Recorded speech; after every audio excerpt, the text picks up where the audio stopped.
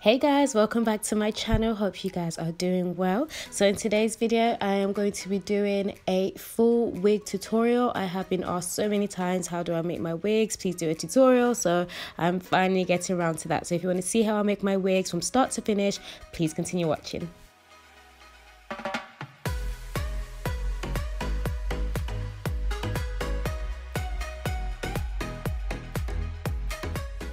So the first thing I'm going to do is prepare my closure, and I'm going to bleach the knots. I'm using this TruZone cream peroxide in 12%, and I'm going to be using the True Light Rapid powder. Sometimes it comes in blue as well, the blue or white one, either one is fine.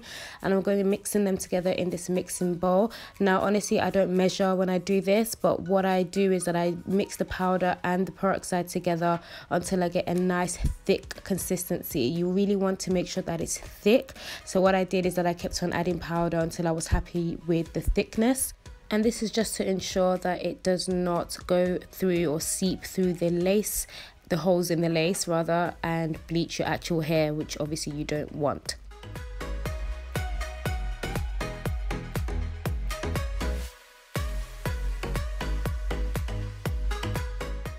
So once I'm happy with the consistency and the thickness of the mix, I then apply that to the lace. So I usually do this on a flat surface, but I was filming in my bathroom today, so I just did it on the side of my bathtub. But yeah, I just start to apply that mixture onto the lace. You don't need to be too kind of heavy-handed or apply too much pressure. Just lightly apply it all over. If you're doing a frontal, you would apply it all over as well. And then I usually leave it for about 20-25 minutes, and then I rinse it out.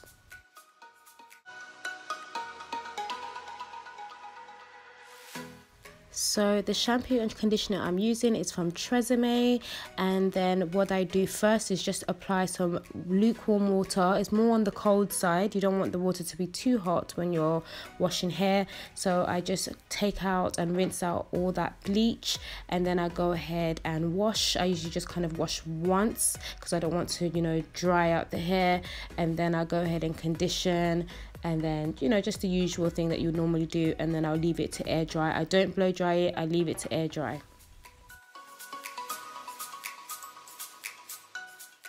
So I've rinsed all the products out nice and thoroughly, and I'm not too sure if you can really see clearly on camera, but you can see that the lace has changed color. It's more of a brown color, which will blend nicely on my scalp. So on to making the wig. This is the wig cap I'm using. I get this from the beauty supply store. You're also going to need some pins and some clips, and of course you're going to need a pair of scissors, and also some needle, the curved needle and thread. So I apply the wig cap onto the mannequin head. My mannequin head is also from beauty supply store, or hair shop as we call it in the UK. And then I'm securing the wig cap with some pins. I like using those pins because they are very long.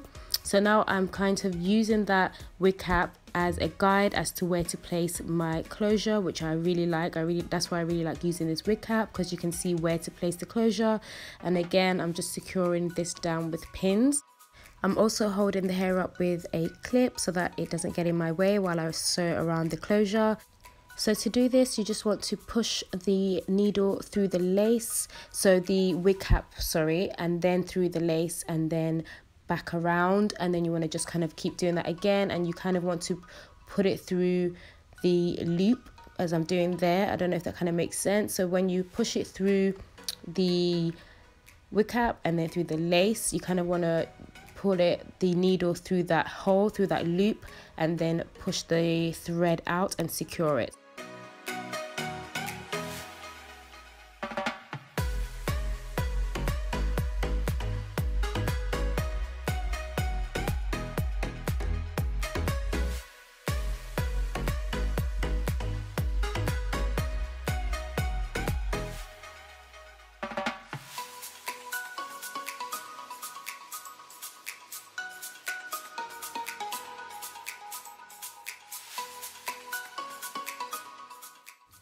So once the closure has been sewed down, it's time to sew on the bundles.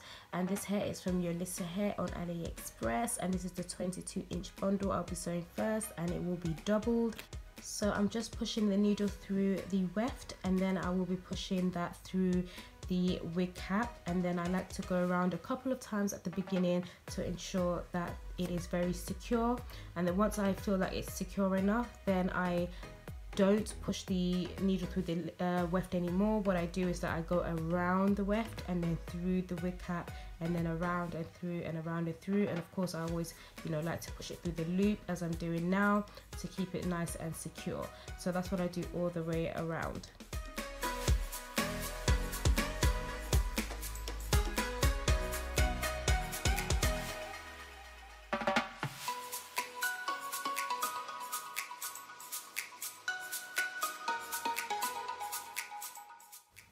So once I get to the side of the mannequin head, I like to push the needle through the weft again just to keep it secure. Basically, once I'm at the side of or starting a new bundle, I like to push through the actual weft itself to keep it nice and secure, and then I fold over the hair, and then I just basically just start sewing again all the way around till I get to the other side.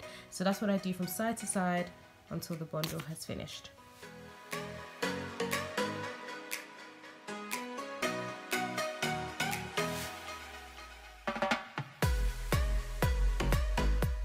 Decided to zoom in so you can get a closer look at what I'm doing.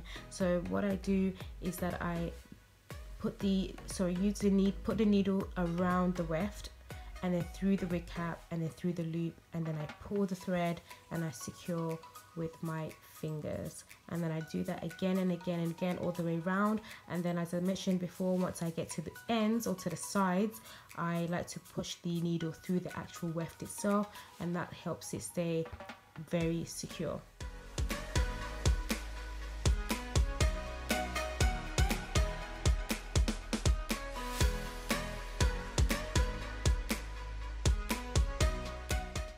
So I'm adding the second bundle, which is another 22 inch, and it's also doubled, and then I am just basically joining that to the end of the first bundle that finished, and I'm pushing the needle through the weft so that it stays nice and secure at the beginning, and then I just continue with the next steps as explained before.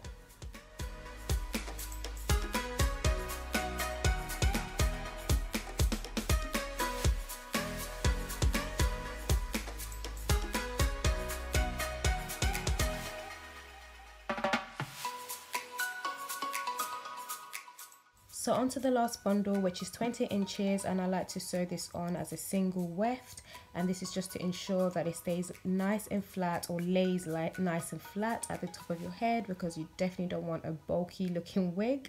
And I just basically just follow the same steps as I've explained before. And once I get to the end and I'm very close to the closure, I then sew the weft through the closure. So I hope that kind of makes sense. So I'm actually sewing through the weft, and then I'm sewing that through the closure lace, and that secures it together, and I do that all the way around.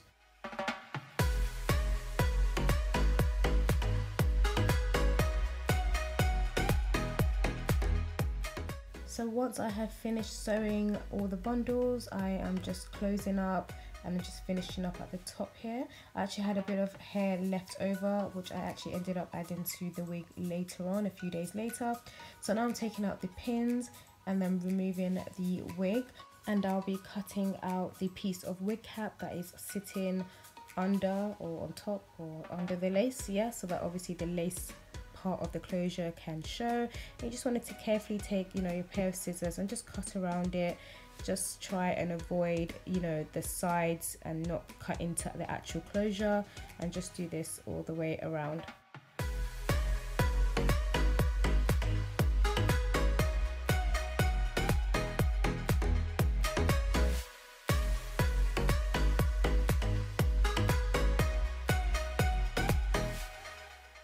So the next step is to cut the lace from the closure, and I place the wig back onto the mannequin head, and I just use my clip to help pull back the hair so it's easy to see what I'm doing. And I just take the scissors carefully and I just start to cut the lace all the way to the end. And you just want to be very careful, again, just not to make any mistakes and not to cut too much of the lace off. So just try and be very careful, and if you need to go back and cut some more off, you can do that. Here, as you can see, I'm just cutting off some excess wig cap that's kind of showing through the sides. So now I'm going to sew on a band, and I like to use these thick bands. I measure it from ear to ear first on my own head, and then I sew it to the flaps that are kind of hanging out on the sides on the wig cap. You should notice it, well, if you get this kind of wig cap anyway. And I just basically sew on the band. I lost my train of thought there.